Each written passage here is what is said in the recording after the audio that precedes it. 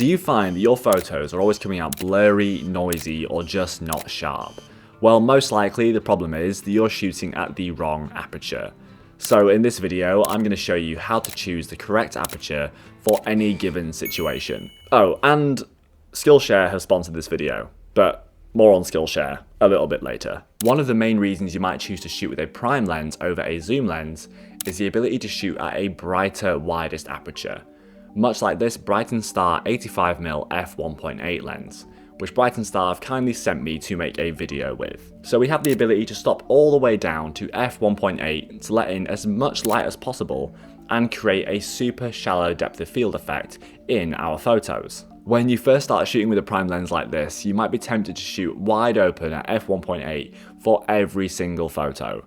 But this might end up being a mistake that you end up regretting later. As it is raining outside right now, please forgive the basicness of this demonstration. So for this little demo, we've got just a mug in the middle of this little dining table with a couple of blue cloths on either side, nice little plant on the far end. So starting off with f1.8, we're at 1/60th of a second, f1.8, ISO 320. So when we look at some of these example images, we can see that it's weirdly satisfying to have our subject appearing nice and sharp while the foreground and background are completely out of focus. So if we actually look much closer at our subject, we'll actually notice that only a razor-thin area of our subject is actually in focus because of this super shallow depth of field. Doing this can even result in shooting a portrait and having the eyes of your subject in focus, but their nose and ears out of focus, which is pretty much useless in most situations.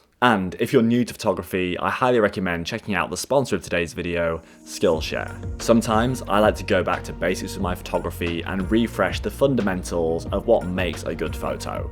So I've really been enjoying this class from Sean Dalton on photography essentials, which is a great place to refresh your photography fundamentals all in one place. Whether you're learning the basics of exposure with your first camera, acquiring new street photography skills, or learning something completely new, like how to organize your life and projects in Notion, Skillshare has the exact classes that you need to develop all of your skills in one place. Going into spring, my photography goals have changed.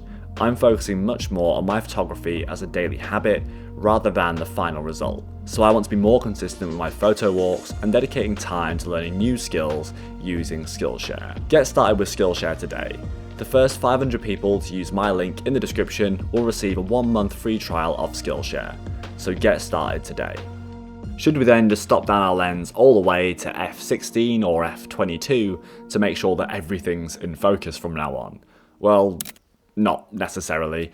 There are a few incremental benefits to shooting at different f-stops between f1.8 and all the way closed down at f16 in this specific lens use case. As we increase the f number on our lens, we actually make the aperture inside of our lens smaller. And as we do this, the lens opening getting smaller lets in less light, therefore decreasing our exposure, but it also increases our depth of field, so making more of our image in focus. So what's the sweet spot here? Looking at our same image again, let's see how an f2.8 aperture compares with the f1.8 aperture. We can see now that our image is noticeably sharper with more of the image in focus. This lets us keep our primary subject mostly in focus and reduces the overall foreground and background blur, compared to shooting wide open. So this is going to be much more beneficial when you want to get much more of a subject in focus while still keeping that really nice pleasing background and foreground blur. We can then take this a little bit further by stopping down to f4, and here we start to see our subject looking much sharper while maintaining a pleasing amount of background blur in the foreground and background. You just see straight away how much sharper the main subject is, but you still have that nice fall off that doesn't feel like artificial or underwhelming either. Like f4 is the sweet spot. On many prime lenses, this window of f2.8 to f4 is going to be that sharpness sweet spot. You're going to see less unpleasant lens characteristics across the frame. Your subject is going to be nice and sharp, but you're still going to have a good amount of separation in terms of sharpness between your subject, the foreground, and the background. When we're judging whether or not our subject is sharp versus our entire image being sharp, we're actually judging comparative sharpness. So our subject being sharp relative to the background not being in focus. Really, that's what we're looking for here. So being at f4, which I am recording this video right now, actually makes our subject much sharper front to back, but also having a nice amount of separation between the subject and the background, without going all the way down to 2.8 or even 1.8. Beyond this sweet spot of sharpness, pro photographers might go beyond f4 depending on their composition, and sometimes they might need f5.6 or f8 or higher to actually get a better final image compared to shooting wide open.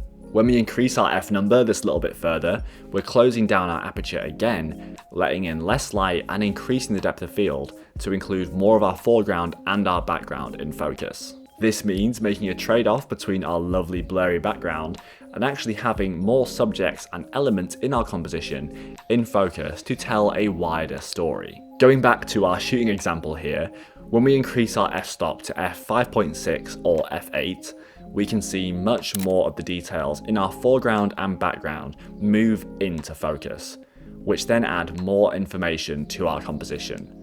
This may seem counterintuitive if you're new to photography and you've just picked up your first 1.8 prime lens. So why do you buy a 1.8 prime lens if you're just going to stop down to f5.6 or f8 anyway? Well, the pros know that not every single scenario is going to require the same camera settings. You can't be at the same best settings all the time. f1.8 will work in some situations, while f8 will work in other situations. Knowing how, when, and why to shoot at different apertures is part of becoming a better photographer.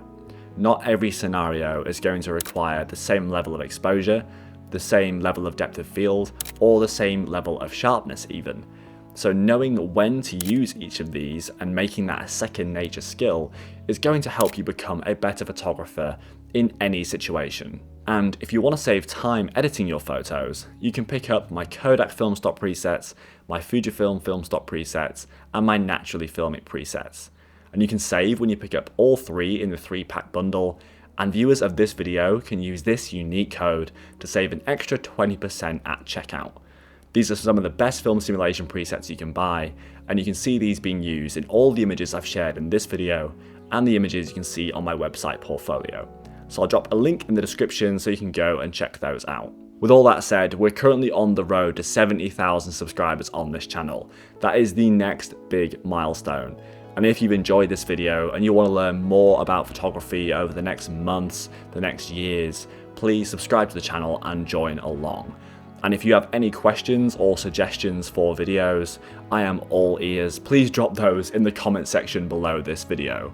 And if you want to learn how to take photos of strangers, specifically in London, I highly recommend you check out this video here. It's from a couple of years ago, taking portraits and candid shots of different people around London and Manchester.